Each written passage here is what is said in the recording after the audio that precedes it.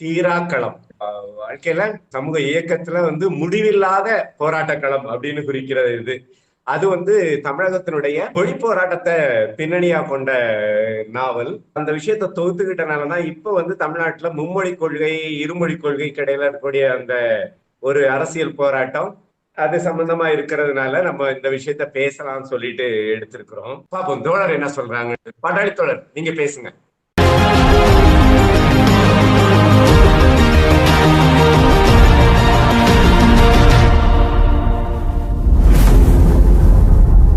அன்பிற்குரிய தோழர்கள் அனைவருக்கும் வணக்கம்.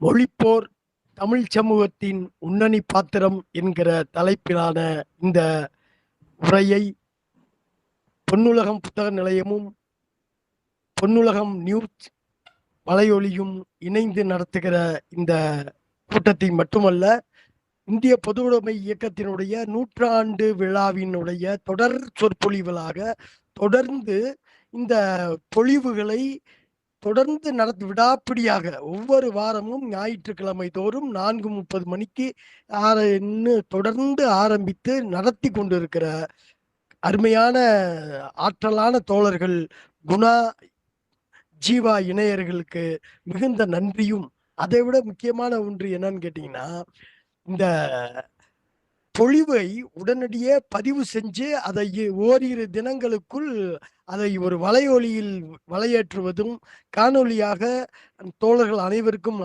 அனுப்பி வைப்பதும் என்கிற மிக தொடர்ச்சியான ஒரு நல்லதொரு வேலையும் அவர்கள் தொடர்ந்து செய்து வருகிறார்கள்.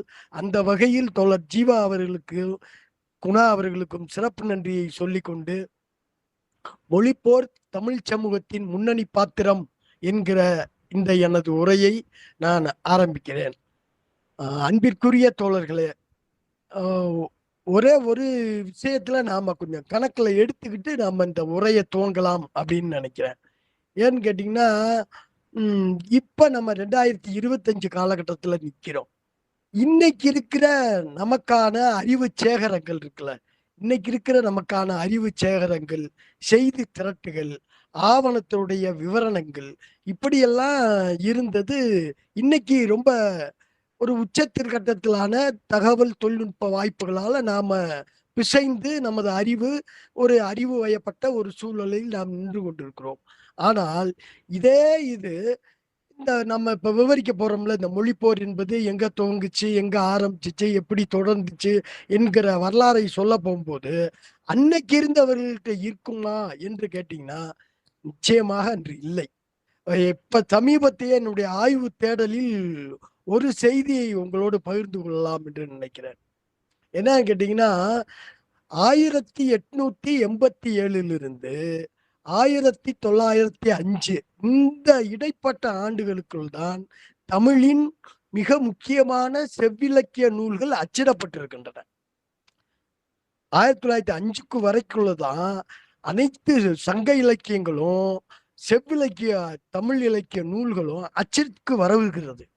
இன்னும் சரியா சொல்லணும்னு கேட்டீங்கன்னா, 1890 இருந்து 1905 வரைக்கும் அன்னைக்கு இருந்த மிக உயர்ந்த பாட நிறுவனமான சென்னை பல்கலைக்கழகத்தில் தமிழ் பாடநூல் செய்யுள் தொகுப்பில் சங்க இலக்கியமே இல்லை என்பதுதான் நமக்கு இப்ப கிடைச்சிருக்கிற சான்று. அப்படி பார்த்தீங்கன்னா, இந்த சங்க இலக்கியம்லாம் நம்ம நிறைய வாய்ப்பு இருக்கிறவங்க நிறைய படிச்சிருக்காங்க. சில பேர் அறிமுகப்பட்டு கேள்விப்பட்டதோடு இருக்கலாம். இன்னும் படிப்பதற்கு நமக்கு நிறைய வாய்ப்பு இருக்கு. ஆனால் 1900 இருந்த ஒரு தமிழ் மாணவனோ அல்லது ஒரு தமிழ் சமூகமோ தமிழ் மக்களோ இவங்கெல்லாம் சங்க இலக்கியத்தை உள்வாங்கி இருந்தாங்கன்னா எப்படி? சில பேர் செவி வழியா கேட்டிருக்கலாம், செவி மடுத்திருக்கலாம், அவ்வளவுதான். ஆனா எல்லோருக்கும் போய் சேர்ந்த கல்வியும் ஆங்கில அச்சு பரவலும் இருக்குல்ல, இதுதான் நமக்கான அறிவு சேகரங்களை இன்னைக்கு இவ்வளவு உயரிய லெவல்ல நம்மளை கொண்டு வந்து நிறுத்தி இருக்கு. அதே காலகட்டத்துல இருக்கவங்கள நம்ம அப்படி பார்க்கறதுடைய விளைவுதான் இன்று இருக்கக்கூடிய பல்வேறு விதமான வரலாற்று புரிதல்கள் மீதான நமது எதிர்வினைகளாக ஒரு காயப்படுத்துகிற, வரலாற்றை காயப்படுத்துகிற, கொச்சைப்படுத்துகிற, அதை மனிதப்படுத்துகிற இப்படியான செயல்கள் இந்த போக்குல இருந்து தான் ஆரம்பிக்குதுன்னு நினைக்கிறேன் தோழர்களே.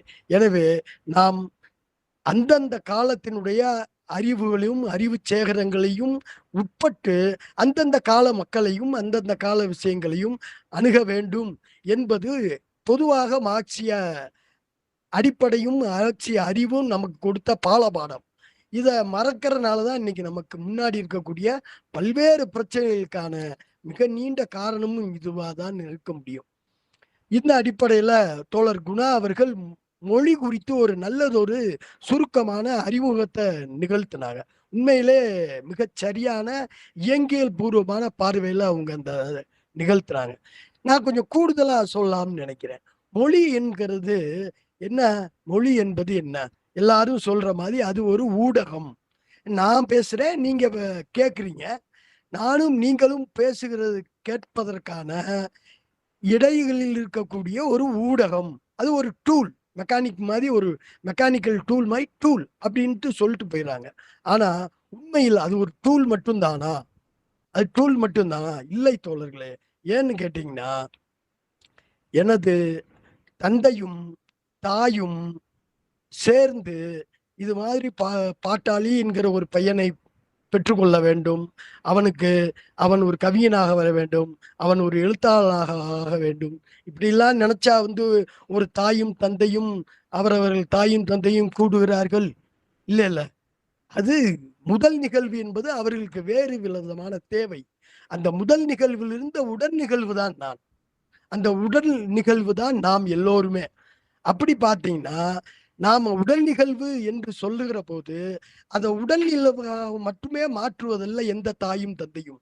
மாறாக முதல் நிலவுக்கும் முதல் நிகழ்வாக பேணி பாதுகாத்து கண்ணுக்கு கண்ணாக இமைக்கு இமையாக பாதுகாத்து வளர்த்து வருகிற தன்மை இருக்குல்ல, பாங்கு இருக்குல்ல, அதுதான் உயரியது. அது மாதிரிதான் இந்த மொழியும். இந்த மொழி என்பது அது ஒரு டூல் அல்ல, அது உடல் நிகழ்வு அல்ல. அது முதல் நிகழ்வு மாதிரி, ஒரு குழந்தையில் வளர்ப்பு மாதிரி. அது தொடர்ந்து அதனுடைய உச்சத்திற்குமான என் குருதியோடு உணர்வோடு கலந்து கொண்ட விஷயமாக நாம் அதை பார்க்க வேண்டும் என்று நாம் ஒரு வரையறைக்கு கொண்டு வரலாம். அப்படி பார்த்தீங்கன்னா, மொழி என்பது இது உபநிகழ்வல்ல, முதல் நிகழ்வாகவும் மாறி வருகிறது.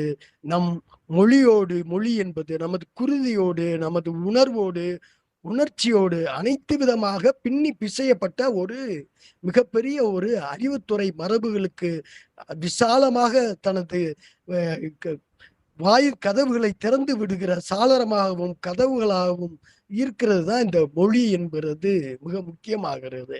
அதனால்தான் நாம் அதை மிகுந்த உச்சி மீது வைத்து போற்றுகிறோம் என்பது ஒரு காரணம். அடுத்து ஒரு விஷயத்தை நம்ம எடுத்துக்கிட்டோம்னு கேட்டீங்கன்னா, இந்த மொழி என்பது ஏதோ ஒரு குத்துச்செடி மாதிரியோ அல்லது ஒரு பொட்டானிக்கல் கார்டன் மாதிரியோ ஏதோ ஒரு தாவரம் அல்ல, நீர் ஊற்றி உரம் போட்டு வளர்ப்பதற்கு. அது மொழி என்பது எங்கு இருக்கிறது என்றால் அதை பேசுகிற மக்கள் திரள்களிடம் இருக்கிறது. ஆக ஒரு மொழி வளர்கிறது என்றால் அந்த மக்கள் திரள் வளர்ந்திருக்க வேண்டும் என்பது உட்கிடை. நீங்க மொழி என்பது ஒரு தாவரம் மாதிரி, ஒரு பொட்டானிக்கல் கார்டன் மாதிரி உரம் போட்டுலாம் வளர்த்துற முடியாது. அப்படி பார்த்தீர்கள் என்றால் கலையும் இலக்கியமும் இன்று இருக்கக்கூடிய பல்வேறு பல்கலைக்கழகமும் மொழிசார் மத்திய பல்கலைக்கழகங்களும் அதை ஒரு வரைமுறைப்படுத்தி நெறிமுறைப்படுத்தி அதை ஒழுங்குபடுத்தி அதை உச்சத்துக்கு போகக்கூடிய ஒரு ஏணிப்படி வேலைகளை செய்கிறதே ஒழிய உண்மையில் ஏதுமற்ற அடிப்படையில் உழைக்கிற மக்களின் நாவுகளில் தான் இந்த மொழி வளர்ச்சி என்பது காலந்தோறும் இருந்திருக்கிறது. அதனால்தான் நம் கண்முன்னே பார்க்கிறோம் பல்வேறு மொழிகள் வடிவடிவமும் இல்லாமல் பேசுகிற மொழிகளாகவே தங்கி கடைசியில பேசுகிற மாந்தனும் இறந்து போன பிறகு மறைந்து போன பல்லாயிரக்கணக்கான மொழிகள் நம் மனிதகுலம் எங்கும் நடந்து வந்திருக்கின்றன. அவற்றிலிருந்து மீண்டு நம் தமிழ் மொழி போல இன்னும் சில உயரிய மொழிகள், செம்மொழிகள் எல்லாம் இன்றும் நிலைத்து நிற்கிறது என்றால் அது யாருடைய கைகள் இருக்கிறார்? அந்த மக்களுடைய, உழைக்கிற மக்களுடைய நாவுகளிலும் அவர்களுடைய உற்பத்தி போக்குகளில் உறவாடுகிற தன்மையிலும் தான் இருக்கிறது. அது ஒன்றே தமிழை காப்பாற்றும். எனவே தமிழ் இனியல்ல, எந்த நாளும் சாகாது, அது சாகாது என்பதை சொல்லி எனது உரைக்கு இப்பொழுது நான் வருகிறேன். அன்பிற்குரிய தோழர்களே, பொதுவா இந்த மொழிப்போர் குறித்த வரலாறை எங்க ஆரம்பிப்பாங்கன்னு கேட்டீங்கன்னா, வரலாற்று ஆய்வாளர்கள் என்பவர்கள் 1937 தான் ஆரம்பிப்பாங்க. 37 தான் ஆரம்பிப்பாங்க. ஆனா உண்மையே இந்த மொழி சிக்கல் என்பது 37 திடும்னு குதிச்சது இல்ல. அதுக்கு பல காலங்களுக்கு முன்னாடியே துவங்கி விடுகிறது. அது எங்க இருந்து பார்க்கலான்னு கேட்டீங்கன்னா, 1906 இந்தியா வார ஏட்டுல பாரதி ஒரு கட்டுரை எழுதுகிறார். அந்த கட்டுரைக்கு பேரு இந்தி பாஷை பக்கம் என்கிற கட்டுரையை எழுதுகிறார் அவர். அந்த கட்டுரையில அவர் என்ன சொல்றாருன்னா, தமிழர்களாகிய நாம் இந்தி பாஷையிலே பயிற்சி பெறுதல் மிகவும் அவசியமாகும். தமிழர்களாகிய நாம் இந்தி பாஷையிலே பயிற்சி பெறுதல் மிகவும் அவசியமாகும். இந்தி பாஷையை எதிர்க்க என்ன அவசியம் இருக்கிறது என்று கேட்கிறோம் என்று ஆணித்தரமாக வினா எழுப்புகிறார். அப்ப 1906 இந்தியா வார ஏட்டுல பாரதியாரு ஏன் எதுக்கணும்னு கேட்கிறாருன்னா, அதனுடைய அதனுடைய ஆயுள் என்பது, அதனுடைய துவக்கம் என்பது 1900க்கும் முன்னாடி போயிருது என்பதாக நாம் இங்கிருந்து உணர்ந்து கொள்ளலாம். அப்ப நம்ம இந்த இந்தி திணிப்பு எதிர்ப்பு, இந்த மொழிப்போர் குறித்து நாம் ஒரு வரலாற்றை அறிய வேண்டுமானால் நாம் வெள்ளைக்காரங்காலத்துல தான் அதை துவக்கணும். அப்ப வெள்ளைக்காரங்காலத்துல இந்த வெள்ளையர் ஆட்சிக்கு ஒழிய வேண்டும், இந்த வெள்ளையர் ஆட்சி, அந்நியர் ஆட்சி, காலனி ஆட்சி அகல வேண்டும் என்று பல்வேறு விதமான மக்கள் இயக்கங்களும் அன்றிலிருந்து போராடி கொண்டிருப்பது நம்ம எல்லாரும் வரலாறு படிச்சவங்களுக்கு தான் தெரியும். அப்ப இந்தியாவை ஒரு குடையின் கீழ் கொண்டு வந்தார்கள் ஆங்கிலேயர்கள். அப்ப அவங்க நிர்வாக வசதிக்காக அவங்க ஆட்சி மொழியாக எதை பயன்படுத்தினார்கள் என்றால் ஆங்கிலத்தை தான் பயன்படுத்தினாங்க. அதை எதிர்த்து காங்கிரஸ் கட்சி துவங்குகிறது. காங்கிரஸ் கட்சி துவங்கிய சில காலங்களிலேயே குறிப்பாக காந்தியார் காங்கிரஸ் கட்சிக்குள் நுழைந்து அவர் தலைமை பாத்திரம் ஏற்படுத்திய உடனே பல்வேறு விதமான காலனிய ஆட்சிக்கு நெருக்கடிகளை தொடர்ந்து பல்வேறு விதமான போராட்டங்களை அவர் முன்னெடுக்கிறார். அந்த போராட்ட நெருக்கடியில் சிக்கி திணறிய அந்நிய ஏகாதிபத்தியம், காலனி ஆட்சியாளர்கள் கிட்டத்தட்ட நொறுங்கி போன சூழல்ல காங்கிரஸுக்கும் காந்திக்கும் ஒரு ஓர்மை ஒன்று ஏற்படுகிறது. அப்ப அவங்க என்ன யோசிக்கிறாங்கன்னா, ஒருவேளை காந்தி பேசுகிறார், ஒருவேளை நம் போராட்டத்திற்கு பலன் கிட்டி இந்தியாவிற்கு சுதந்திரம் என்று ஒன்று வந்துவிட்டால் இந்த தேசத்தில் பல மொழிகளும் பல்வேறு மொழிகள் பேசுகிற தேசிய இனத்தவர்கள் வாழ்ந்து கொண்டிருக்கிறார்கள். அப்ப இவங்கெல்லாம் இணைப்பதற்கு ஒரு பொது மொழி என்பது நமக்கு கண்டிப்பாக தேவை என்று காந்தியார் சொல்லவும் காங்கிரஸ் கட்சி அதை ஏற்றுக்கொள்கிறது. ஆமாங்க, நிச்சயமா நமக்கு இந்தியா முழுமைக்குமான ஒரு விடுதலை அடைந்த பிறகு நமக்கு ஒரு பொது மொழி வேண்டும் என்று அவங்க சொல்றாங்க. அப்ப காந்தி ஒரு விஷயத்த முன்வைக்கிறார். என்ன சொல்றாருன்னா, அப்பா ஏற்கனவே இந்த இந்திய சமூகத்துல ஒரு பக்கம் இந்து சமூகத்திற்கும் இஸ்லாமியர்களுக்கும் தொடர்ந்த சண்டைகளும் போயாத போர்களும் நடந்துகிட்டே இருக்குது. அப்ப நாம கொண்டு வர்ற ஒரு மொழி என்பது இந்த 2 பேருக்கான சண்டைகளை மேலும் கூர்மைப்படுத்தி மேலும் பிளவுபடுத்தி அவர்களை 2 திக்குகளுக்கு ஒருத்தரா நிறுத்திடக்கூடாது, மாறாக அவர்களை இணைக்கிற மாதிரியான ஒரு மொழிக் கொள்கையை நாம் தீர்மானிக்க வேண்டும் என்று காந்தியார் முன்மொழிகிறார். அப்ப அவர் காந்தி முன்மொழியும் போதே என்ன சொல்றாருன்னு கேட்டீங்கன்னா, நாம சமஸ்கிருதத்திலிருந்து வந்த இந்தியை, கரிபோலி மொழியை உள்வாங்கி கொண்ட வட்டார பழங்குடி மக்கள் கரிபோலி என்கிற மொழியை உள்வாங்கி கொண்ட இந்தியை சேர்ப்பதா கூடாது, மாறாக இந்துஸ்தானி என்கிற ஒரு மொழி வேண்டும். ஏனென்றால் அந்த இந்துஸ்தானி என்பது உருதும் சமஸ்கிருதமும் கலந்த ஒரு கலவையாக, அதாவது இந்து முஸ்லிம் ஒற்றுமைக்கு அது ஒரு விளைபொருளாக இருக்க வேண்டும், ஒரு மொழியாக இருக்க வேண்டும். அந்த மொழி என்பது இந்துஸ்தானி என்று அவர்கள் முடிவெடுக்கிறார்கள். அப்ப அன்னைக்கு இருந்த காங்கிரஸ்ல முஸ்லீம்களும் இருந்தாங்க, இந்துத்துவவாதிகளும் இருந்தாங்க. அப்ப இந்துத்துவவாதிகள் கொஞ்சம் மனக்கசப்போட, சரி இந்த பெரிய மனுஷன் சொல்லி தொலைஞ்சிட்டான், வேற வழி இல்ல, போற போக்குல நம்ம நம்ம வேலையை பார்ப்போம், இப்போதைக்கு சமாளிப்போம் அப்படின்னு சொல்லி ஒரு அரைகுறை மனதோடு ஒத்துக்கொள்கிறார்கள். இஸ்லாமியர்கள் முழு மனதோடு அதை ஏற்கிறார்கள். இப்படி ரெண்டையும் வச்சுக்கிட்டு நம்ம செய்யலாம் அப்படின்னு சொல்லுகிற போது, அன்று இருந்த காங்கிரஸ் மகாசபை ஒரு அமைப்பு விதியை கட்டமைக்கிறது. அந்த கட்டமைக்கிற விதியில என்ன சொல்லுதுன்னு கேட்டீங்கன்னா, விதி எண் 25 சொல்லுகிறது, செயற்குழுவும் அகில இந்திய காங்கிரஸ் குழுவும் காங்கிரஸ் மகாசபையின் நடவடிக்கைகள் எப்பொழுதும் இனிமேல் உருதும் இந்தியும் கலந்த இந்துஸ்தானியில் தான் நடைபெற வேண்டும். ஒன்று. அடுத்து, இந்துஸ்தானி பேச தெரியாதவர் அனுமதி கேட்டு தலைவருடைய அனுமதி கொடுத்தால் அவருடைய தாய்மொழியிலேயோ அல்லது ஆங்கிலத்திலேயோ பேசலாம் என்று அடுத்த ஒரு நிபந்தனைய அந்த காங்கிரஸ் குழு சொல்லிச்சு. அதுக்கு அடுத்து என்ன சொல்லுச்சுன்னா, இது தேசிய குழு, தேசிய காங்கிரஸ். இதே இது மாநில காங்கிரஸ் கமிட்டி இருக்குல்ல, அந்த மாநில காங்கிரஸ் கமிட்டி நடவடிக்கை எப்படி இருக்கணும் அப்படின்னு கேட்டீங்கன்னா, அது அந்தந்த மாநிலங்களுடைய மொழியில் நடைபெற வேண்டும், வேண்டுமென்றால் இந்துஸ்தானியையும் பயன்படுத்தலாம் என்று சொல்கிறது. அப்ப இந்துஸ்தானி என்பது ஒரு தனி மொழி கிடையாது, அது உருது இந்தி ரெண்டும் கடந்த மொழிகளின் கலப்பு தான், அதன் சேர்க்கை தான் இந்துஸ்தானி என்று காந்தியும் காங்கிரசும் அன்றிருந்த விளக்கம் கொடுக்க போது, காங்கிரஸ்குள் இருந்த இந்து மத வெறியர்கள் உருதுவை ஏற்கவே இல்லை. மாறாக எங்கெல்லாம் இந்துஸ்தானியை பேச நேர்படுகிறதோ, எழுத நேர்படுகிறதோ அப்போதெல்லாம் உருது சொற்களை கவனமாக அகற்றிவிட்டு அந்த இடத்தில் சமஸ்கிருத சொற்களை பயன்படுத்துகிறார்கள். இது இஸ்லாமியர்களை மிக வெறுப்பு கொள்ள செய்யுது.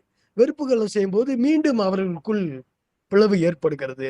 காந்தி எந்த அச்சப்பட்டாரோ, எது குறித்து கவலைப்பட்டாரோ அது அவர் முன்னாலே நடக்க ஆரம்பிச்சிருது. ரொம்ப மன உடைஞ்சு போனாரு. இருந்தாலும் இந்த மக்களை ஓரளவு சமாளிச்சிடலான்னு சொல்லி அதுக்கு சில நிறுவனங்களை கட்டமைக்கிற வேலைகளை துவங்குறார். அது என்னன்னு கேட்டீங்கன்னா, பாரதிய சாகித்ய பரிஷத் என்கிற ஒரு நிறுவனம் அன்னைக்கு ஏற்படுத்தப்படுகிறது. அதே போல அந்த இஸ்லாமிய நண்பர்கள்லாம் சேர்ந்து இந்துஸ்தானி சாகித்ய பரிஷத் என்று அதுக்கு கவுண்டரா ஒன்னே ஆரம்பிச்சிடாங்க. ஒரு பக்கம் இந்துத்துவவாதிகள் பாரதியனாவே தெரியும் யார் ஆரம்பிச்சிருப்பாங்க, நான் புதுசா சொல்லணும் தேவையில்லை. பாரதிய சாகித்ய பரிஷத்தை ஆரம்பிச்ச உடனே இவங்க இல்ல உருது கலந்த இந்துஸ்தானியா தான் இருக்கணும் இது, எனவே இந்துஸ்தானி சாகித்ய பரிஷத்துன்னு இவங்க ஆரம்பிக்கிறாங்க. இப்படியான ஒரு மொழிச்சண்டை என்பது தொடர்ந்து நாடு பிளவுபடும் வரை நடந்து கொண்டே இருந்தது. நடந்து கொண்டே இருக்கும்போது காந்தியார் பல்வேறு முயற்சிகள் எடுத்தார், பல்வேறு விஷயங்கள் எடுத்தார். அதுல ஒரு அடிப்படையில் தான் இந்தி பிரச்சார சபா என்கிறதை எடுத்தது. 1920களிலே அந்தந்த மொழி பேசும் மாநிலங்கள் அந்தந்த மொழியிலேயே அவர்களுடைய காங்கிரஸ் கமிட்டி குழுவை அமைத்துக் கொள்ளலாம் என்று நிபந்தனை விழித்தது. அதன் அடிப்படையில் நம்ம நாடு விடுதலை 47 தான் விடுதலை அடையுது. விடுதலை அடைந்து 56 தான் மொழி வழி மாநிலங்கள் அமைக்கப்படுது. ஆனா அதுக்கு முன்னாடியே 1920லேயே நம் தமிழ்நாட்டில் இருக்கக்கூடிய காங்கிரஸ் கமிட்டிக்கு பேரு தமிழ்நாடு காங்கிரஸ் கமிட்டி. இது 1920லே வந்துருது.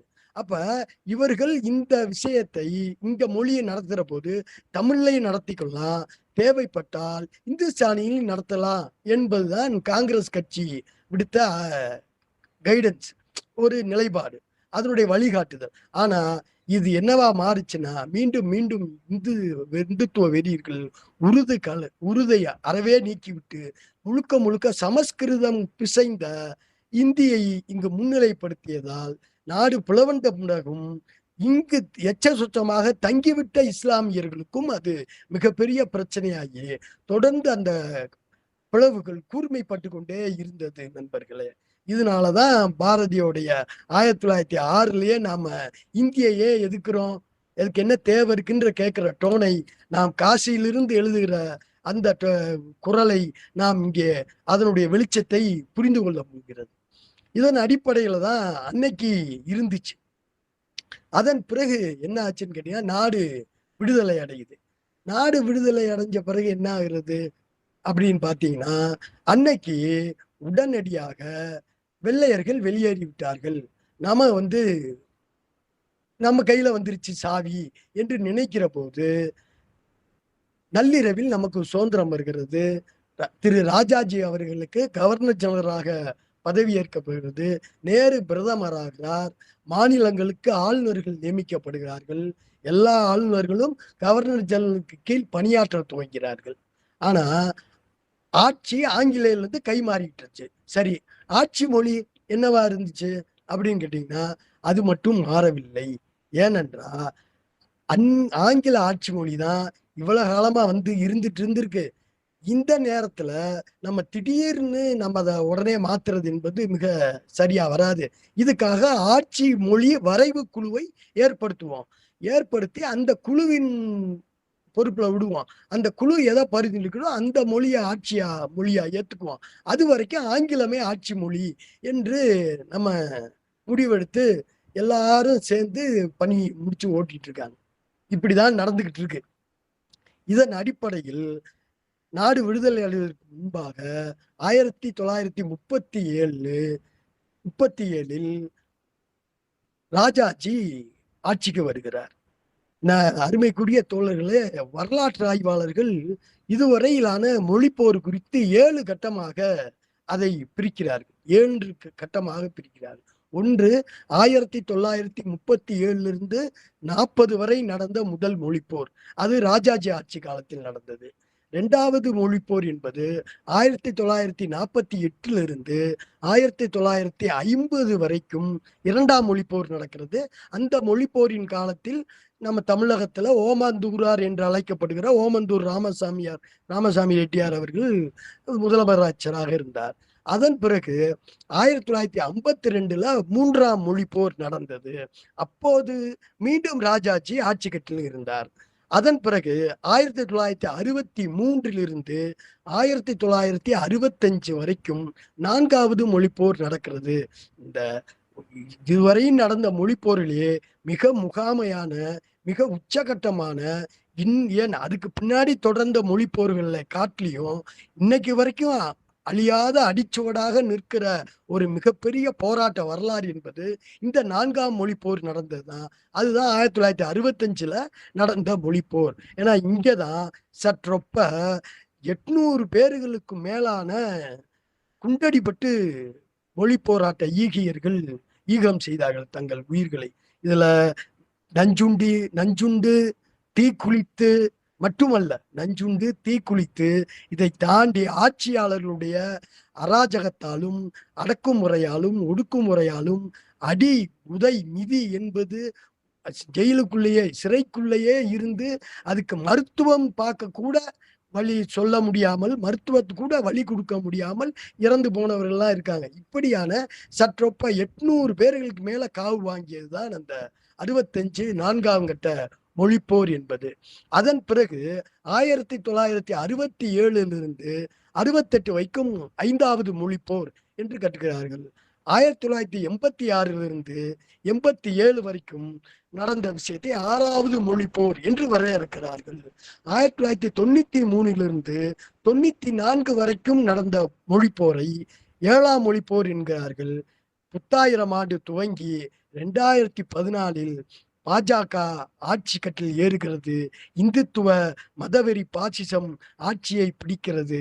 அன்றிலிருந்து இந்த மாதிரி காலகட்டங்கள் வரையறுக்க விடாமல் தொடர்ந்து ஒவ்வொரு அடியாக அடி அடி அடி என்று மொழி திணிப்புகளை திணித்து கொண்டே இருப்பதால் இன்று வரையும் இது தீரா களமாக, தீரா போராட்ட களமாக இன்று வரை நின்று நிலவுகிறது என்பதுதான் இதனுடைய விஷயம்.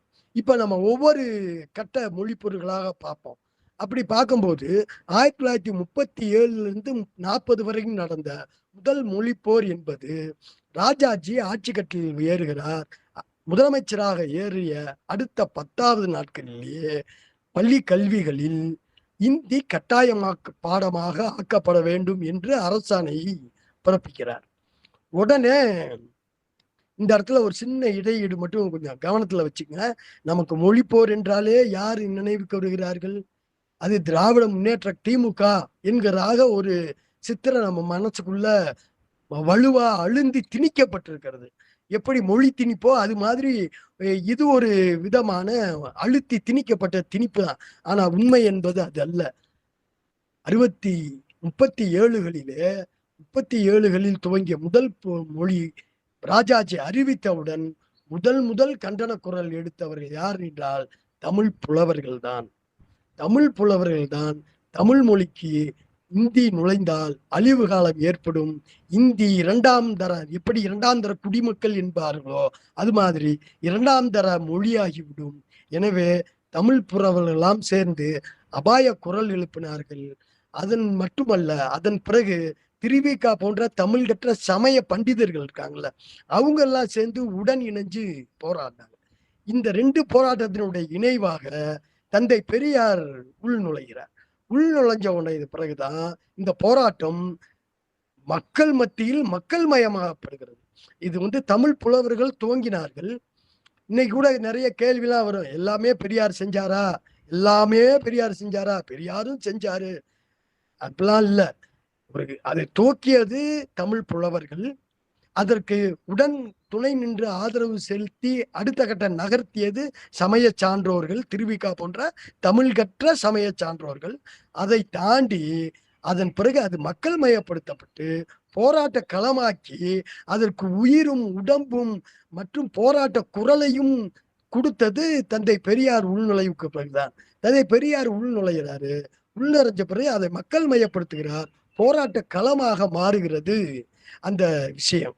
நான் தொடர்ந்து அதை பத்தி நான் அடுத்த கட்ட இடங்கள்ல அது முழுக்க நான் சொல்லிக்கிட்டே வர்றேன். அப்ப அதன் அடிப்படையில முதல் போர் என்பது 37 ஆரம்பிச்சது. இவங்களுடைய நெருக்கடி, கடுமையான நெருக்கடி. அந்த காலகட்டத்துலதான் முதல் சிறை பழி என்கிறதும் நடைபெறுகிறது. நடராசன், தாளமுத்து என்கிற 2 இளைஞர்கள் சிறை கொட்டடிகளில் காவலர்களுடைய அடி, உதை, மிதி என்று ரொம்ப வன்கொடுமைக்கு ஆளாக்கப்பட்டு அதுக்கு உரிய மருத்துவம் கூட பார்க்க அனுமதிக்காமல் குட்டுயிரும் குலையுருமாய் போட்டதனுடைய விளைவு 2 இளைஞர்கள் சீக்கிரமாவே இறந்து போயிடுறாங்க. சிறையிலே கொட்டடிக்குள்ளேயே இறந்து போயிடுறாங்க. அவங்கதான் முதல் மொழிப்போர் ஈகியர் நடராசன் என்பவர். அவருக்கு சற்றொப்ப ஒரு 20-30 நாட்கள் கழித்து தாளமுத்து என்கிறவரும் இறக்கிறார். இப்படிதான் இருந்துச்சு. இதனுடைய அடிப்படையில் இந்த தந்தை பெரியார் உள்பட அனைத்து விதமான அன்றைக்கு நீதி கட்சியும் இருந்துச்சு. நீதி கட்சியும் எச்ச சொச்சமா இருந்தது. அவங்களும் மற்ற இருக்கக்கூடிய அனைவரும் எழுந்து நின்று போராடின போது அந்த போராட்ட வெம்மை தாங்காமல், வெப்பம் தாங்காமல் ஆளுகிற ஆட்சியாளர்கள் ராஜாஜி அடிபணிந்தார். தனது கொள்கையை இந்தி மொழி திணிப்பு பாடநூல்ல இந்தி மொழி கட்டாய பாடம் என்பதை 40களில் அதை பின்வாங்கிக்கிறாரு. ஆக முதல் மொழி போராட்டம் வெற்றி பெறுகிறது. இதன் பிறகு கொஞ்ச நாள் போயிட்டு இருக்கு. 47ல நம்ம நாடு விடுதலை அடையுது. 47ல விடுதலை அடைஞ்ச உடனே ஆட்சி மொழிக்கு என்ன செய்யறதுன்னு மக்கள்லாம் பேசி, சரி நமக்குன்னு ஆட்சி மொழி சட்ட வரைவு குழு ஒன்றை தீர்மானிப்போம், அது என்ன பரிந்துரை இருக்குதோ அதுதான் இந்திய மொழி நாட்டினுடைய ஆட்சி மொழி என்பதாக ஒரு தீர்மானம்லாம் ஏற்றி நடந்துக்கிறாங்க. அதுக்கு குழு போடுறாங்க. இதெல்லாம் நடந்துகிட்டு இருக்க போது அன்பிற்குரிய தோழர்களே, இந்த ஆட்சி மொழி வரைவு குழு என்ன செய்யுதுன்னு கேட்டீங்கன்னா ஒரு பரிந்துரையை வளர்க்கிறது. அது என்ன கேக்குதுன்னு சொல்றீங்கன்னா, இந்தி பேசாத தென்னிந்திய மாநிலங்களுக்கும் சேர்த்து, இந்தி பேசாத தென்னிந்திய மாநிலங்களையும் சேர்த்து இந்தி தான் ஆட்சி மொழி என்று ஒரு பரிந்துரையை வழங்குகிறது. ஏன்னா பரிந்துரையை வழங்குவது மட்டுமல்ல, அந்த இந்தி அதனுடைய வரி வடிவம் இருக்கும்ல, எழுதணும் படிக்கணும், அதுலதான் அரசு ஆணைகள்லாம் வரணும். அது எதவாக இருக்குன்னா தேவநாகரி வடிவத்தில் எழுதப்பட்ட இந்தி தான் மைய அரசின் ஆட்சி மொழி என்று அது வரி வடிவத்தையும் வரையறுக்கிறது. இப்படிதான் இருந்துச்சு. அப்ப இங்க இருக்கிற பிற மொழி பேசுகிற பிற தேசிய இனங்களைச் சேர்ந்த அன்றிருந்த ஓர்மையுள்ள தலைவர்கள் எல்லாம் இதை எதுக்குறாங்க. இல்ல இப்படி எல்லாம் இருக்க முடியாது, அந்தந்த தேசிய இனங்களுடைய மொழிகளுக்கான முன்னுரிமைகள்லாம் வேணும்னு அன்னைக்கே எதிர்த்து போராடுறாங்க.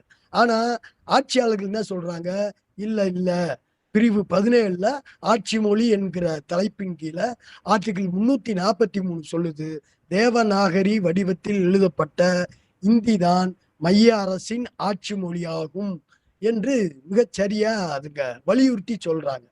அப்ப இத இல்லன்னு ஓட்டெடுப்பு விடுறாங்க. நாடாளுமன்றத்துல ஓட்டெடுப்பு வருது.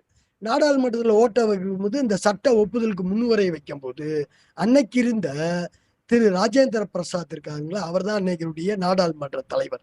அவரு ராஜேந்திர பிரசாத் ஒரு அவை அப்படியே விட்டு நோக்குறார். விட்டு நோக்கும் போது பாத்தீங்கன்னா அவர் ஒரு விஷயத்தை உணர்ந்து கொள்கிறார்.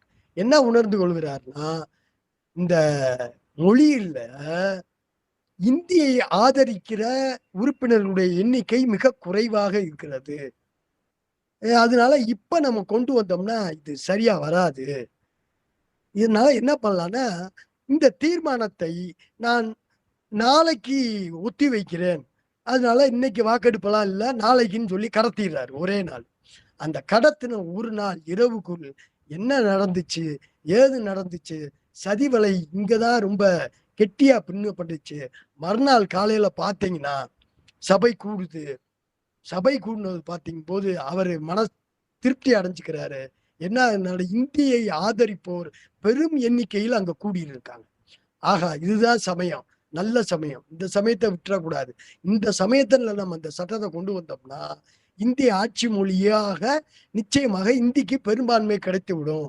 எனவே ஆட்சி மொழி பற்றிய பகுதியை உடனடியாக ஆய்வுக்கு எடுத்துக்கிறார். அப்ப பல பேர், பல தோழர்கள், பொது உடைமை கட்சி தோழர்கள் உள்பட அவர்கள் அதுல முரண்பட்டு பேசுறாங்க, பலர் எதிர்க்கிறாங்க. இந்த எதிர்க்கிற போது கடைசியில ஒரு முடிவு வர முடியல. அதனால ஆர்டிகிள் 343 ஓட்டுக்கு விடப்படுது. ஓட்டுக்கு விடப்பட்டு பாத்தீங்கன்னா முடிவு என்ன ஆகுதுன்னா, சரி பாதியா ஓட்டு விழுந்துருது. சரி பாதியா 50 விழுக்காடு இந்தியை ஆதரித்து விழுகிறது, 50 விழுக்காடு இந்திக்கு எதிராக விழுகிறது. என்ன மொழின்றது அது அப்புறம், அப்ப விழல, இந்தி கூடாது என்பதாக விழுகுது. அப்ப கரெக்டா சரி பாதியா விழுந்துருச்சு. என்ன முடிவெடுக்கிறது? அப்ப முடிவெடுக்கணும்னா அன்றிலிருந்த ஒரு அரச மரபு ஒரு என்னன்னு கேட்டீங்கன்னா, அந்த நாடாளுமன்ற குழு தலைவர் தனது ஓட்டை போடக்கூடாது எப்பயுமே. ஒருவேளை சரியாக இந்த மேட்ச்ல எல்லாம் சொல்லுவாங்கல்ல டை ஆகுதுன்னு, அது மாதிரி சரி சமமா பங்கு வந்துருச்சுன்னா அப்போது இந்த நாடாளுமன்ற குழு தலைவர் தனது சிறப்பு அதிகாரத்தை பயன்படுத்தி ஏதாவது ஒரு பக்கம் அவருடைய ஓட்டை போடலாம்.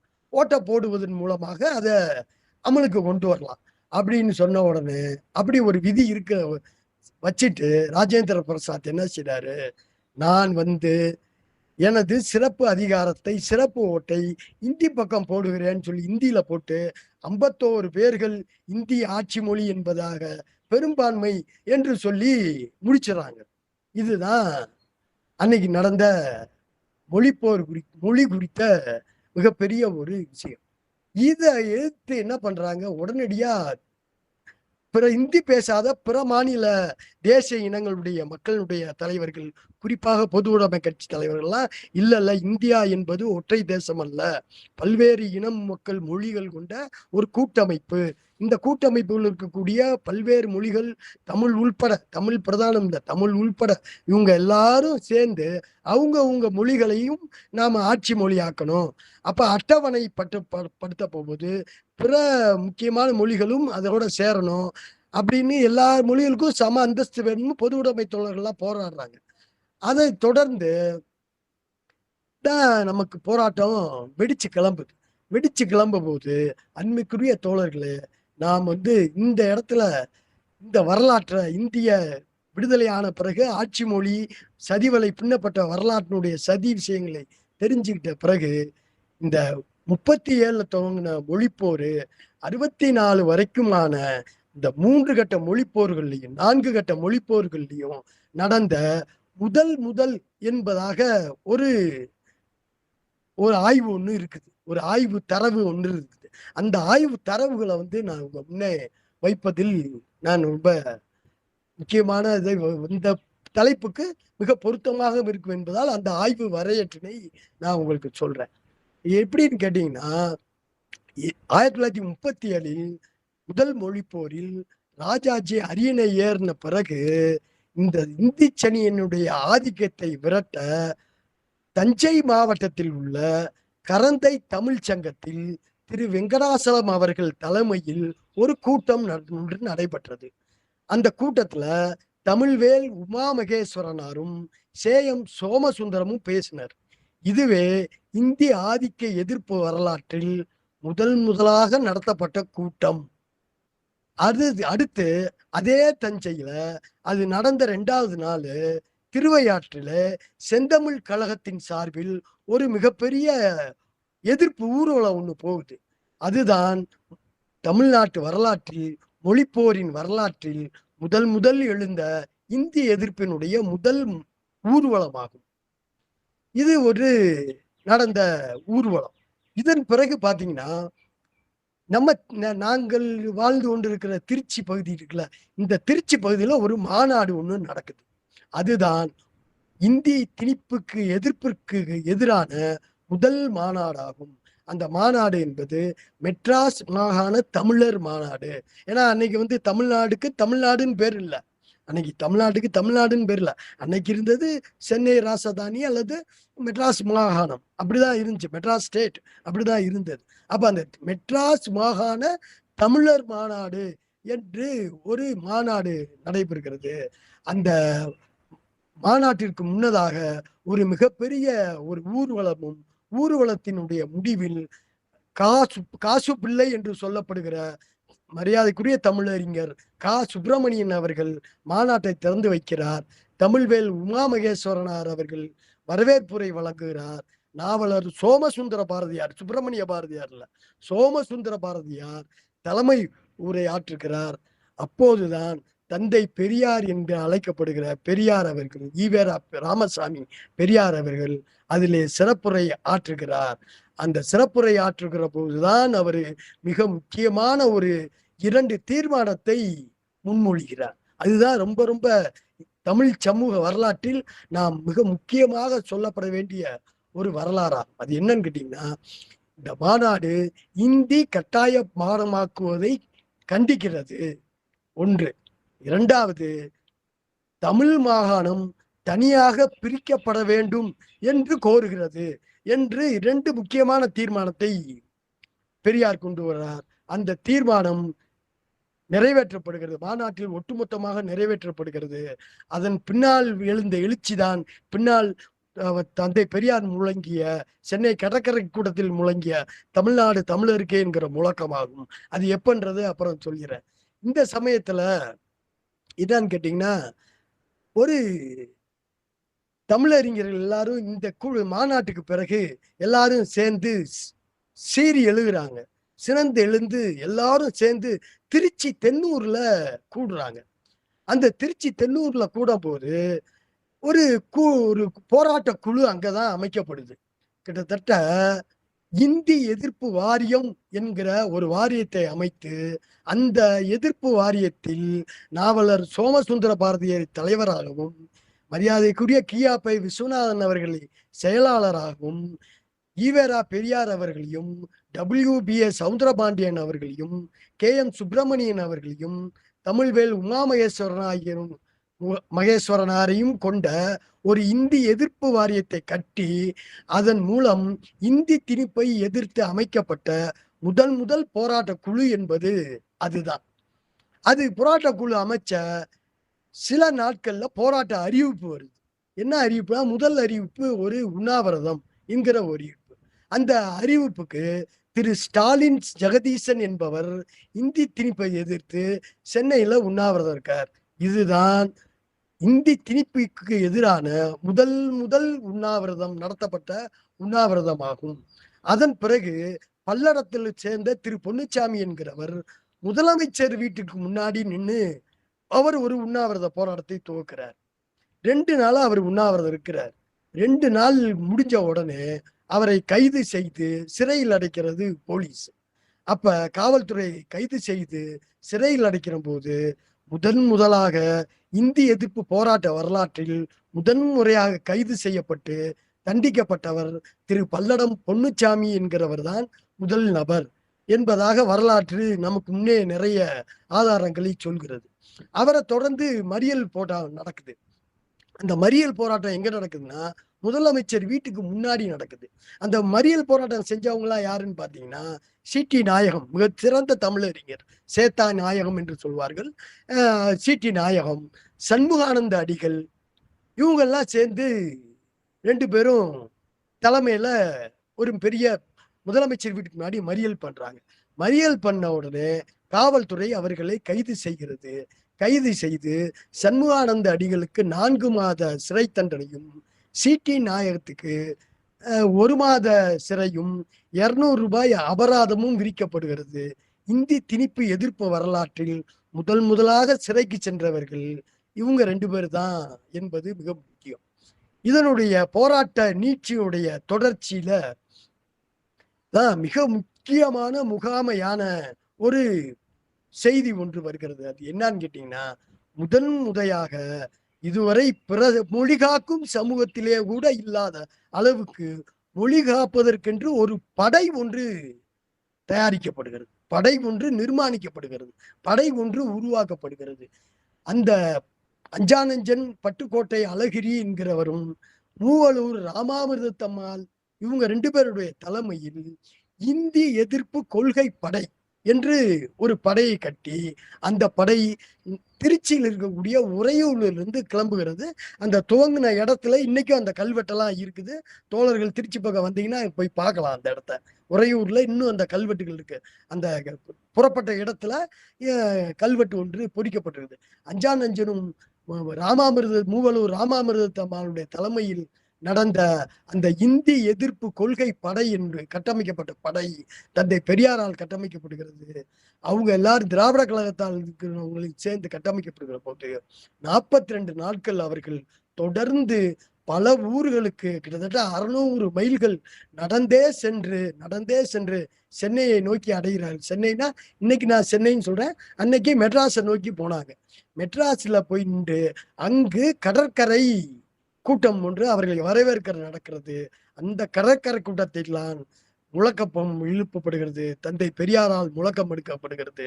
தமிழ்நாடு தமிழருக்கே என்கிற மிக முகாமையான முழக்கம் அங்குதான் இழுக்கப்படுகிறது. தமிழ் தேசியம் என்று யாரோ பேசிக்கொண்டு இருக்கிறார்களே, அதற்கான திறவுகோலும் வித்தும் ஊன்றப்பட்ட தினம் என்பது அந்த கடற்கரை கூட்டம் தான். அதுக்கு பின்னாடி பாத்தீங்கன்னா இதுவரைக்கும் நடந்ததுல விட இந்த ஒரு போராட்டம் மிக முக்கியமான போராட்டம். ஏன்னு கேட்டீங்கன்னா, மெட்ராஸ்ல சவுகார்பேட்டையில இந்து தியாலஜிக்கல் ஸ்கூல் முன்பு ஒரு மறியல் போராட்டம் நடக்குது. அந்த மறியல் போராட்டம் செய்தவ யாருன்னு கேட்டீங்கன்னா, முழுக்க பெண்கள், எந்த ஆம்பளையும் கிடையாது, முழுக்க பெண்கள். யாருன்னு கேட்டீங்கன்னா, டாக்டர் தர்மாம்பாள், மூவலூர் ராமாமிர்தத்தம்மாள், மலர்முகத்தம்மையார், பட்டம்மாள், அந்த சீதம்மாள் என்கிற ஒரு அம்மா. அவங்க தன்னுடைய 3 வயது பெண் குழந்தையோடும் நச்சினியார் கிணியன் என்கிற 1 வயது ஆண் குழந்தையோடும் அவங்க மறியல்ல போராடுறாங்க. மறியல்ல போராடுற போது காவல்துறை அவர்களை கைது செய்து சிறையில் அடைக்கிறது. முதலில் இந்தி திணிப்பு எதிர்ப்பு போராட்டத்தில் 3 வயது குழந்தையும் 1 வயதுக்கு பையனும் முதலாக சிறை சென்றது அன்றுதான்.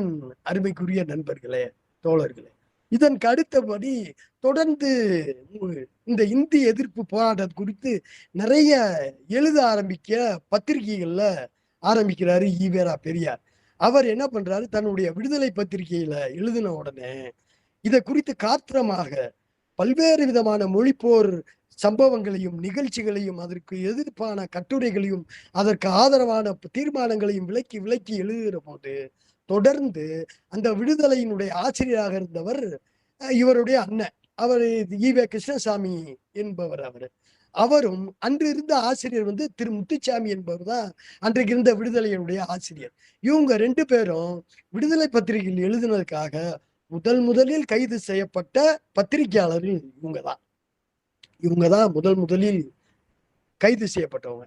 இதன் பிறகு இந்த ராஜகோபாலாச்சாரி இருக்காருல்ல, குள்ளுகப்பட்டர்னு திராவிட முன்னேற்ற கழகம் பின்னாளில் தன்னுடைய ஏடுகள் எல்லாம் சித்தரிச்சது அல்லவா குள்ளுகப்பட்டர் என்று.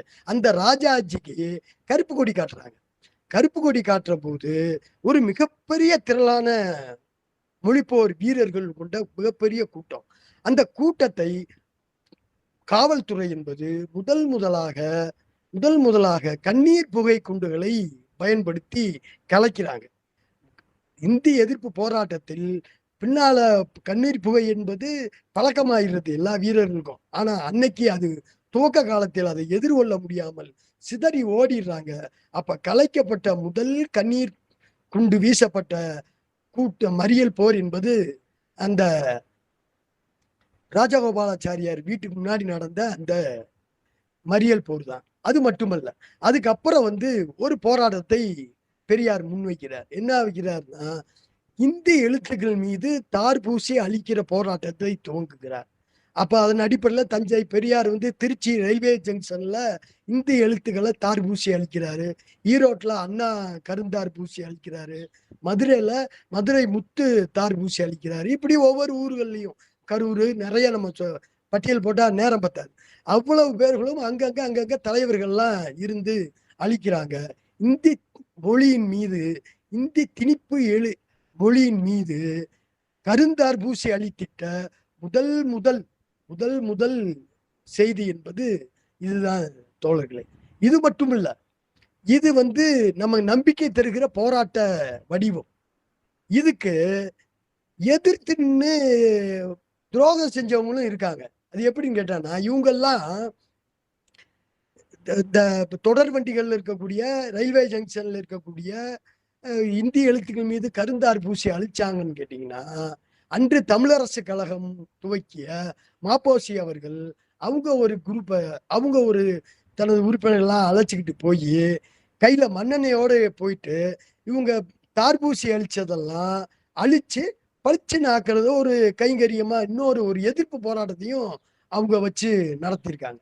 இப்படியான ஆதரவும் எதிர்ப்புமான கலந்த போராட்ட வடிவமும் அன்று நடந்து கொண்டு வந்தது. அதன் பிறகுதான் மிக முக்கியமான ஒரு போராட்டம் ஒன்று நடைபெறுகிறது. அது மதுரையிலே நிகழ்கிறது. மதுரையில சந்தை மைதானம். அந்த சந்தை மைதானத்துல அன்று மாவட்டத்துல முக்கியமான தலைவராக இருந்த மதுரை முத்து, அக்னிராஜ், முனியாண்டி, திருஞானம், காதர் பாஷா என்கிற ஒரு உருது பேசுகிற மாற்று மதத்தவரும் சேர்ந்து நம் அன்னை மொழியை காக்க வேண்டும் என்று கிளந்து சட்டம், ஆட்சி மொழி சட்டம் உருவாச்சுல, அந்த ஆட்சி மொழி சட்டம் உருவான 17வது பிரிவை தீயிட்டு கொளுத்திய முதல் சட்ட எரிப்பு போர் இந்த போர் தான் முதல்ல நடந்தது. இது மட்டுமல்ல தோழர்களே, அன்னை மொழி காக்க தேக்குமர தியாகங்களை எந்த விலை கொடுத்தேனும் திரும்ப பெற முடியாத இன்னுயிரை தீயிற்கு அழித்து தீக்கிரையாக்கிய முதல் களப்பலி என்பவர் கீழப்பழுவூர் சின்னசாமி. நீங்க எல்லாம் கேள்விப்பட்டதுதான். இப்ப நம்ம ஒரு விஷயத்த நம்ம மிக முக்கியமா இந்த இடத்துல கொஞ்சம் கவனம் குவிக்கணும்னு நினைக்கிறேன். என்றென்றால், ஒரு போராட்டத்துக்கு நம்ம போறோம். நம்ம தோழர்கள் எல்லாரும் போராட்டத்துல கலந்துக்கிட்டவங்க தான், அனுபவங்கள் வாய்ந்தவங்க தான். கைது செய்யப்பட்டிருக்காங்க, சில சமயத்துல அடியும் வாங்கியிருக்கோம், மிதி வாங்கியிருக்கோம், அதெல்லாம் நடந்ததுதான், எதிர்கொண்டதுதான். ஆனால் அதுவெல்லாம் போராட்டத்திற்கு நான் அடி வாங்குறேன்னு போல, போராட்டத்துக்கு போறேன், எதிர்கொள்றேன், அடி வாங்குறேன். இது இயல்பா நடக்கிறது. அதுக்கு ஒரு தாங்குற மனப்பக்குவம் என்பது பின்னாடி வேணா வரலாம், இல்லையா, முதல்ல வந்துடாது. ஆனால் தன் உயிரை மாய்த்து கொள்ள போகிறேன் என்று தெரிந்தே தற்கொடை செய்கிற கொடையாளிகள் இருக்காங்களே, தற்கொடையாளிகள். அந்த தற்கொடையாளிகள் நீண்டு நெடிய இருந்த ஒரே ஒரு போராட்டம் என்பது இந்த இந்தி திணிப்புக்கு எதிரான தமிழ் காக்கும் மொழிப்போரில் தான் நடந்துச்சே ஒழிய வேற எங்கேயும் இல்லை. ஏன்னு கேட்டீங்கன்னா, இங்குதான் தனது தேக்குமர தேகங்களை தீயூட்டியும் நஞ்சு உண்டும். இப்ப நஞ்சு உண்டுன்றது ஏதோ காதல் தோல்வியில தாடி வளர்த்துக்கிட்டு திரிஞ்சு செத்தவெல்லாம் இல்லை. மொழி காக்க வேண்டும் என்பதற்காக தெரிந்தே சாவை வரவேற்றுக் கொள்வதற்குல அந்த தற்கொடையாளர்கள் மிக மிக அதிகம். அதனுடைய அடிப்படையில் முதல் களப்பலியானவர் கீழப்பழுவூர் சின்னசாமி என்பது. அந்த கீழப்பழுவூர் சின்னசாமி என்ன பண்றாருன்னா, தொடர்ந்து இந்த இந்தி எதிர்ப்பு திணிப்புக்கு எதிராக போராடுகிற போது திருச்சிராப்பள்ளியில முதலமைச்சர் பக்தவச்சலம் வர்றாரு. பக்தவச்சலம் வரும்போது பக்தவச்சலத்தை மறைச்சு கேட்கிறாரு, ஐயா நீங்க தவறு செய்யாதீங்க, தமிழ் மொழியை வாழ விடுங்க, தமிழ் மொழியை காப்பாற்றுங்கள், நீங்க தமிழ்நாட்டின் முதலமைச்சர், தமிழாய்ந்த தமிழ்நாட்டினுடைய முதலமைச்சர், நீங்கள் செய்ய வேண்டும் என்று சொல்லுகிற போது அங்க இருந்த காவல்துறை எல்லாம் அவரை அடிச்சு இழுத்துட்டு போய் வெளியே தள்ளி விட்டுறாங்க, ஜங்ஷனுக்கு வெளியே தள்ளி விட்டுறாங்க. அதுல ரொம்ப மனம் உடைஞ்சு போய் அவர் என்ன எழுதிட்டார்னா, ஒரு காகிதத்தை எழுதி தமிழ் வாழ வேண்டும் என்பதற்காக எலும்பாய் கிடக்கும் சிங்கம் என்று கடிதம் எழுதி இந்தி ஒழிக தமிழ் வாழ்க என்று எழுதி அந்த லெட்டரை எடுத்து தூரமா வச்சு அது பறந்து போயிடாம அதன் மேல ஒரு பாரத்தையும் வைத்து விட்டு அதன் பிறகு கையில மண்ணெண்ண கேன் இருக்குல்ல அதை ஊத்திக்கிட்டு தன்னை எரித்து கொண்ட முதல் தற்கொலை தீக்குளித்த தற்கொலை தியாகி கீழப்பழுவூர் சின்னசாமி. அந்த சின்னசாமியை தொடர்ந்து நான் முதல்ல சொன்னேன்ல, சிறையில மருத்துவத்துக்கு கூட அனுமதிக்காத முதல் களப்பலி சிறை களப்பலி நடராஜன், அதற்கு அடுத்து தாளமுத்து என்றால் அதன் பிறகு கீழப்பழுவூர் சின்னசாமி. கீழப்பழுவூர் சின்னசாமிக்கு அடுத்ததாக அன்பிற்குரிய தோழர்களே தொடர்ந்து என்ன ஆகுதுன்னு கேட்டீங்கன்னா, கோடம்பாக்கம் சிவலிங்கம், வன்னை அரங்கநாதன், கீரனூர் முத்து, சத்தியமங்கலம் முத்து, ஐயம்பாளையம் வீரப்பன், நஞ்சுண்டு மடிந்த விராலிமலை சண்முகம், பீளமேடு தண்டபாணி, மயிலாடுதுறை சாரங்கபாணி, குண்டடிபட்டு உயிரிழந்த முதல் மொழிப்போர் வீரர் அன்றைய சிதம்பரம் அண்ணாமலை பல்கலைக்கழகத்தினுடைய சிவகங்கை ராஜேந்திரன். ஏன்னா அவர்தான் முதல், இவங்கெல்லாம் தற்கொடையாளர்கள். இதற்கு முன்னாடி நான் வாசிச்சவங்கெல்லாம் நஞ்சுண்டும் தீக்குளித்தும் தற்கொடை தனது உயிர் ஈகம் செய்த தற்கொடையாளர்கள். ஆனால் ஒரு மிகப்பெரிய போராட்டம், இந்தி எதிர்ப்புக்கான 26க்கு எதிர்த்த ஒரு மிகப்பெரிய போராட்டம். அந்த போராட்டத்தில் மதுரையில மிகப்பெரிய கலவரம் ஏற்படுகிறது. அந்த கலவரத்தை பத்தி சொல்லணும்னா இந்த நாள் பத்தாது, அவ்வளவு இருக்கு அந்த செய்திகள். காங்கிரஸ் கயவர்கள் எந்திரிச்சு நின்று எதிர்த்து மாணவர்களை தாக்குகிறார்கள். அந்த மாணவர்களை தாக்குகிற போது மாணவர்களுக்கு மண்டை உடைந்து கைகாலெல்லாம் எலும்புகள்லாம் உடைந்து தாக்கப்பட்டு குற்றுயிரும் குலையுமா அங்கங்க கிடக்காங்க, செருப்புகள்லாம் கிடக்குது. அதே சமயத்துல இதுக்கு கொதிப்பெழுந்து மேலமாசி வீதி வடக்கமாசி வீதி சந்திப்பில் இருக்கக்கூடிய காங்கிரஸ் அலுவலகத்தை ஊர்வலம் போன மாணவர் படை அதை தாக்குகிறது.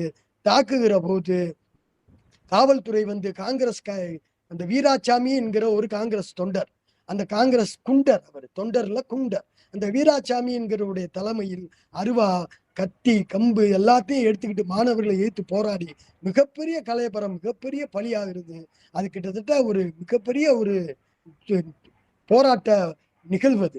அதை தனியா சொல்லணும்னாவே அதுக்கு ஒரு நாள் வேணும். அவ்வளவு விஷயங்கள் இருக்கு. எங்க துவங்கினாங்க, எப்படி போனாங்க, இதெல்லாம் என்னுடைய தீராக்காலம் நாவல்ல படிச்சீங்கன்னா மிக அழகா விரிவா சொல்லப்பட்டிருக்கும். இப்படியான ஒரு போக்கு. இதெல்லாம் பாத்தீங்கன்னா 37ல இருந்த முதல் போலி போராட்டத்துல இருந்து இந்த கடைசி சொன்னேன்ல சிவகங்கை ராஜேந்திரன் வரைக்கும் 65 வரைக்குமான 4 போராட்டங்களுக்கு இடையிலான முதல் நடந்த நிகழ்வுகளை தான் நான் இப்போது இந்த வரலாற்றை பட்டியலிட்டேன். இது மட்டும் இல்ல, இதன் பிறகு மட்டும் தொடர்ந்து நடக்குது. ஆனால் உயிர் ஈகங்கள் நடக்கல. ஆனா மீண்டும் இந்த தமிழ் சூழலில் உயிர் ஈகங்கள் நடக்க தலைப்பட்டது என்பது 1983களுக்கு ஈழம் மிகப்பெரிய சிங்கள பேரினவாதத்தால் தொடர்ந்து மக்கள், நம் தமிழின மக்கள் தொப்புள் கொடி உறவுகள் அழித்தொழிக்கப்பட்ட போது, போர்க்குண்டுகளுக்கு இரையாக்கப்பட்ட போது, அங்கிருக்கிற பெண்கள் வல்லுறவுகளுக்கு உள்ளாக்கப்பட்ட போது, குழந்தைகள் கைகள் கால்கள் உறுப்புகளில் சேதமிழந்து மிக கொடுமையான கண்கள் பிடுங்கப்பட்டு, இன்னும் நம்ம சொல்லணும்னா அடிக்கிட்டே போகலாம். அப்படியான ஒரு முகம் கொடுமையான ஒரு நம் தொப்புள் கொடி உறவுக்கு நடந்த போது அதற்கு எதிர்வினை தொடுத்த தமிழ் மண்ணிலே முத்துக்குமார் என்கிற ஒரு தமிழன், இனத்திற்காகவும் மொழிக்காகவும் இரண்டுக்கும் இணைந்து நின்று தன் உயிரை தீயிட்டு ஒரு தீயிட்டு கொண்டான். அப்போதுதான் அவன் சொன்னான், நான் தீயிட்டு கொள்வது இது ஒரு தற்கொலை அல்ல, இது தற்கொலை. இந்த தற்கொலையை வைத்து என் உயிரை ஆயுதமாக்குகிறேன். எனவே என் உயிராயுதத்தை ஏந்தி நீங்கள் போராடுங்கள் என்று வழிகாட்டினான். ஆனால் அன்றிருந்த அவலச்சூழல் தோழர் குணாமாதி ஆள்களுக்கெல்லாம் அன்னைக்கு இருந்த நமக்கெல்லாம் தெரியும் எப்படி அந்த உயிர் ஆயுதம் சிதைக்கப்பட்டது, எப்படி வல்லு அன்றிருந்த நாம் நம்ம கிட்ட நிற்கிற தலைவர்கள் என்று நாம் நம்பிக்கொண்டிருந்த தலைவர்களை எப்படி அதை சிதைத்தார்கள், காயடித்தார்கள் என்பதெல்லாம் நமக்கு தெரிஞ்ச வரலாறு தான். அப்படியான விஷயத்துல முத்துக்குமார் பற்ற வைத்த தீயில் பல்லப்பட்டி ரவி, சீர்காழி ரவிச்சந்திரன், வண்ணாரப்பேட்டை அமரேசன், கடலூர் தமிழ்வேந்தன், தரமணி சிவப்பிரகாசம், சிவகாசி கோகுலகிருஷ்ணன், வாணியம்பாடி சீனிவாசன், ஒட்டேரி சதாசிவம் ஸ்ரீதர், அன்னவல்லி நாகலிங்கம், ஜெயங்கொண்டம் ராஜசேகர், கொத்தமங்கலம் பாலசுந்தரம், சிவகாசி மாரிமுத்து, மலேசியாவில் இருந்தக்கூடிய ராஜா, கரூர் சிவானந்தம், திருப்பூர் சுப்பிரமணி, மலேசியாவில் இருந்த ஸ்டீபன் ஜெகதீசன், ஈழத்தில் இருந்த முருகதாசன் ஈராக ஒரு மிகப்பெரிய ஒரு தற்கொலையாளர்கள் இந்த மண்ணுக்காகவும் இந்த மக்கள் இனத்துக்காகவும் மொழிக்காகவும் தங்கள் உயிர்களை ஈகம் செய்த வரலாறு இதெல்லாம் இருந்து எப்பொழுது அது இறுதியானது என்றால் நம் தியாக தங்கை செங்கோடியினுடைய தற்கொலைக்கு பிறகு, தீக்குளிப்புக்கு பிறகு அதுதான் இறுதியாக இன்று வரை இருக்கிறது. அதற்கு முன்னாலே நமக்கு மரியாதைக்குரிய அப்துல் ரவு போன்ற இன்னும் பேர் விடுபட்ட நிறைய மொழிப்போர் ஈகைகள் இருக்கிறார்கள். அவ்வளவு பேரையும் நம்ம பட்டியலிட்டோம்னா அது ஒரு மிகப்பெரிய ஒரு தனி நூலே எழுத வேண்டிய சூழல் இருக்குது. இப்படியாகத்தான் இந்த நாட்டில தமிழ் மொழி என்பது எப்படி இருந்தது, இந்த மொழி காக்கும் போரில் எப்படியெல்லாம் முதல் என்கிற வரலாற்று. ஏன்னா இந்த ஏன் அவ்வளவு முதல்னு சொல்லணும்னா இன்னைக்கு யாரோ சொந்தம் கொண்டாடுறாங்க.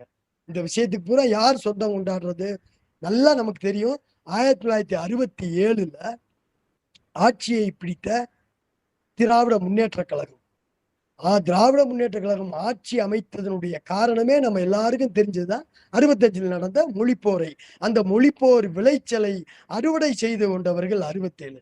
இந்த இடத்துல எனது தீராக்களம் நாவல்ல இந்த எல்லா விதமான வரலாறுகளையும் சொல்லியிருப்பேன். ஏன்னா இந்த மாதிரி என்ன ஒரு விஷயம்னா இந்த மாதிரி ஆண்டு தேதியிட்டு வரலாறு இருக்காது.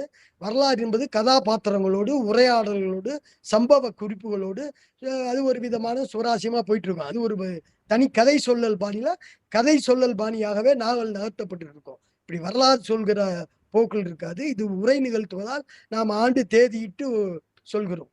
நாவல்ல அப்படி ஆண்டு தேதியிட்டு வராது, சம்பவ போக்குகளாக வந்து கொண்டே இருக்கும். எனக்கு இந்த மொழிப்போர் குறித்த தேடுதல் என்பது எப்படி வந்தது என்று கேட்டால், எப்படி கீழைத்தீ என்கிற எனது புதினம் ஏன் எழுத வேண்டும் என்கிற ஒரு உந்துதல் ஏற்பட்டதோ அதே போலதான் இந்த கீழைத்தீ என்கிற ஒரு நாவலுக்கு பிறகு எழுதின தீராக்களம் நாவலும். ஏன்னா இது கீழைத்தீ என்பது நான் தேர்ந்து கொண்ட தத்துவத்திற்கும் நான் இயங்கிக் கொண்டிருக்கிற கட்சிக்கும் பாடளித்தது என்றால், நான் பிறந்த இனத்திற்கும் மொழிக்காகவும் எழுதக்கூடிய விஷயம்தான் இந்த தீராக்களம் என்பது. இந்த தீராக்களத்துக்காக நான் நிறைய ஆய்வு செய்த போது, நிறைய ஆய்வு திரட்டுகளை இப்படியெல்லாம் பல்வேறு எதெல்லாம் எங்கெங்க துவங்குச்சு எப்படிலாம் எல்லாம் சேகரிக்கிற போது ஒரு விஷயத்தை நான் உணர்ந்து கொண்டேன். அந்த விஷயத்தை உங்களோடு பகிர்ந்து கொண்டு எனது உரையை நிறைவு செய்யலாம் என்று நினைக்கிறேன். ஏன்னா காலமும் அதிகமாகிவிட்டது. அந்த 65 நடந்த மொழிப்போரினுடைய விளைச்சலை அறுவடை செய்தது 67. 67 ஆட்சிக்கு கட்சியில் திராவிட முன்னேற்ற கழகம் அறிஞர் அண்ணா தலைமையிலே ஆட்சிக்கு வருகிறது. 67 வரைக்கும் இந்த மொழிப்போர் வீரார்ந்த செம்மார்ந்த கூட்டம் நடந்துச்சுல. இந்த பல்வேறு போராட்டங்களையும் பல்வேறு விதமான மாணவர் தலைவர்கள் தொடர்ந்து போராடி கொண்டே இருந்தார்கள். அந்த போராடி கொண்டிருந்த மாணவர் தலைவர்கள் எல்லாருமே என்ன ஆனாங்கன்னு கேட்டீங்கன்னா, 67 திமுக ஆட்சிக்கு வந்த உடனே பரவாயில்ல, நம்மளுடைய நோக்கத்திற்கு உடன்பாடான ஒரு கட்சி அரியணையில் ஏறுகிறது, எனவே நமக்கு இனிமே பிரச்சனை இருக்காதுன்னு நம்பி நம்பிக்கிட்டு இருந்தாங்க அவங்க அன்னைக்கு. ஆனால் கெடுவாய்ப்பாக 1968 வெண்மணியில் 44 சாதியாகவும் வர்க்கமாகவும் சாதியாகவும் ஒன்றோடு ஒன்று பின்னி பிணையப்பட்ட அந்த 44 தலித் மக்கள் உயிரோடு அரைப்படி நெல் கூலி அதிக வேண்டும் என்று கேட்டதற்காக உயிரோடு கொளுத்தப்பட்ட அந்த 68 நடந்த அந்த சம்பவத்தை, அந்த துன்பியல் நிகழ்வை, கொடுங்கனவை எதிர்கொண்ட திராவிட முன்னேற்ற கழகங்களுடைய ஆட்சி இருக்குல்ல, அது தந்த அதிருப்தியில் அன்று இருந்த மொழிப்போரில் வீரார்ந்து போராடிய மாணவர் தலைவர்கள் எல்லாருமே அப்ப செதஞ்சு போயிட்டாங்க. செதஞ்சு போய் என்னடா இதுன்னு கையை பிசைஞ்சு நின்றுட்டு இருக்கும் போதுதான் 1967 ஒரு செம்மாந்த ஒரு டார்ஜிலிங் மாவட்டத்தில் சிலிகுரி வட்டத்திலே நக்சல்பாரி கிராமத்தில் தோழர் சாரு மஜூம்தாரால் ஒரு உழவர் புரட்சி துவக்கப்படுகிறது. 69 இந்திய மண்ணில் கம்யூனிஸ்ட் கட்சி, மார்க்சிஸ்ட் லெனினிஸ்ட் என்ற கட்சி துவங்குகிறது. அந்த கட்சி மாணவர்கள் எல்லோரும் நீங்கள் இந்த கட்சியில் இணைய வேண்டும், புரட்சியை நடத்த வேண்டும் என்று அறைகூவ போது யாரெல்லாம் பாடுபட்டு கொண்டிருந்தார்களோ மாணவ பருவத்திலே மொழி காக்க இருந்த தலைவர்கள், மாணவ தலைவர்கள் எல்லோருமே என்ன ஆனாங்கன்னா அப்படியே எம்எல் பார்ட்டி என்கிற சொல்லிக் கொள்கிற மார்க்சிய லெனின் இயக்கத்துலதான் வந்து சேர்ந்தாங்க. நீங்க புரட்சி பாவலர் இன்குலாப் அவர் இருக்காங்களே, அவங்க மதுரை தியாகராஜா கல்லூரியில 65 மொழி போரில் காத்திரமாக ஈடுபட்டவர். அவர்தான் 68 வெண்மணிக்கு பிறகு என்னானாரு, மனசு உடைஞ்சு போய் என்னடா செய்யறன்னு கைப்பிசன் நிற்கும் போது சாருடைய அழைப்பு ஏற்று மார்க்சிய லெனின் இயக்கத்துக்குள் வந்த தலைவராகவும் மிகப்பெரிய புரட்சி பாவலராகவும் உருமாறியவர் பாவலர் இன்குலாப். அது மட்டுமல்ல, அவரை தொடர்ந்து பா ஜெயபிரகாசம் என்கிற ஒரு மிக முக்கியமான ஆளுமை. அந்த பா ஜெயபிரகாசம் என்ற முக்கியமான ஆளுமை என்பது கிட்டத்தட்ட இன்குலாப்பும் பா ஜெயபிரகாசும் என் தீராக்களம் நாவல்ல கதாபாத்திரங்களாவே நடமாடுவாங்க, உயிரோட நடமாடுவாங்க.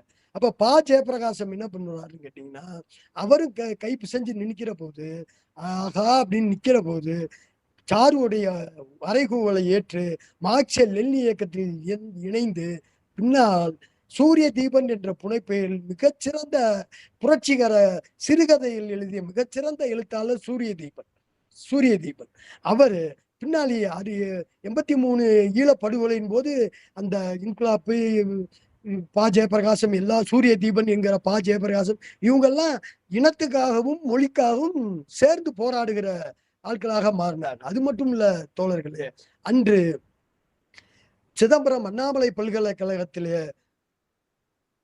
அன்று படித்து கொண்டிருக்கிற போது குண்டடிப்பட்டு செத்த சிவகங்கை மாணவன் இருக்காரு, சிவகங்கை ராஜேந்திரன் என்கிற மாணவர். அந்த மாணவருடைய உடன் பயின்ற தோழர் கரும்பாசலம் என்கிற ஒரு பெயர். அந்த கரும்பாசலம் கொண்டவர் தனது பெயரை திருமாவளவன் என்று மாற்றி அவரு இன்று அன்றைக்கு எந்த மாணவ தலைவர் அவரு மறுபடியும் அந்த 68 வெண்மணி கொடுமையில் திமுக ஆட்சி எதிர்கொண்ட அந்த கொடூர பிறழ்வு நிகழ்வை மனம் வெதும்பி எம்எல் பார்ட்டிக்கு வந்து இன்று மக்கள் விடுதலை கம்யூனிஸ்ட் கட்சியினுடைய கட்டுப்பாட்டு தலைவராக நின்று கொண்டிருக்கிறதுதான் பேராசிரியர் திருமாவளவன். அவர் மட்டும் இல்ல, சிவகுமார், உங்க எல்லாருக்கும் தெரிஞ்ச பேராசிரியர் சிவகுமார், நம்ம பேராசிரியர் கோச்சடை, சிவகங்கையில இருக்கார மீரா என்கிற கவிஞருடைய வளர்ப்பு தோழர் கோச்சடை, இப்படியான மிகப்பெரிய அன்றிருந்த மாணவர் தலைவர் எல்லாம் இன்று எம்எல் பார்ட்டியில் வந்து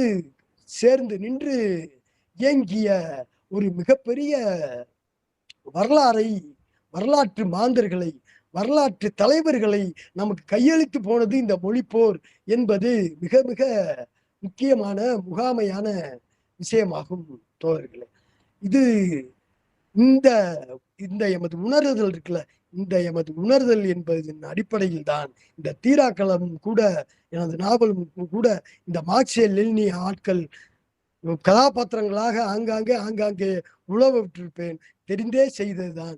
ஏனென்றால் இந்த வரலாற்று தொடர்ச்சி என்பது இதனுடைய தொடர்ச்சியாக நம் முன்னே அதே மாணவ தலைவர்கள் மார்க்சிய லெனினிய இயக்கங்கள் நின்று களத்தில் நின்று போராடிய தோழர்கள். அதே கட்டத்தில் தான் இன்று நம் முன்னாலும் காலம் நமக்கு முன்னாலும் ஒரு பெரிய நிர்பந்தத்தை நிறுத்தி போயிருக்கிறது. இது ஒற்றை மொழியா, ஒரு நாடு ஒரு தேசம், ஒற்றை மொழி என்கிற சொல்கிறவர்கள் இப்போது மும்மொழி என்று சொல்லக்கூடிய அரசியல் சூழலில் நாம் வாழ்ந்து கொண்டிருக்கிறோம். ஆக களம் என்பது இதுவரையும் தீர்ந்ததே இல்லை. எனவே அந்த தீரா களத்தில் வரலாறு நம்மை குறிப்பாக பொது உடைமை இயக்கங்களை, கம்யூனிஸ்டுகளை அறைகூவி அழைக்கிறது. இது மீண்டும் திராவிட கட்சிகளுக்கோ அல்லது தமிழ் தேசியம் என்று பெயரளவில் சொல்லிக் கொண்டிருக்கிற பல்வேறு விதமான போக்குகள் கொண்ட தமிழ் தேசிய இயக்கங்களோ அல்லாமல், உண்மையிலேயே மொழி என்பது என் மொழி என் தாய் எனக்கு உயர்வு, அதே போல அவன் மொழி அவன் தாய் அவனுக்கு உயர்வு. இது மாதிரி இருக்கக்கூடிய அத்தனை மொழிகளுடைய அனைத்து மொழிகளுக்கும் சரிசமானமான உரிமை வேண்டும். அனைத்து இன மக்களும் தேச இன எழுச்சி நின்று கொண்டு ஒரு புரட்சியை சாதிக்க வேண்டும் என்று நிர்மாணிக்க துடிக்கிற கம்யூனிஸ்டுகளுக்கும் புரட்சியாளர்களுக்கும் மிகப்பெரிய களம் விரிந்து கிடக்கிறது. நாம் என்ன செய்ய போகிறோம் என்ற கேள்வியோடு இந்த உரையினை நிறைவு செய்கிறேன். நன்றி, வணக்கம்.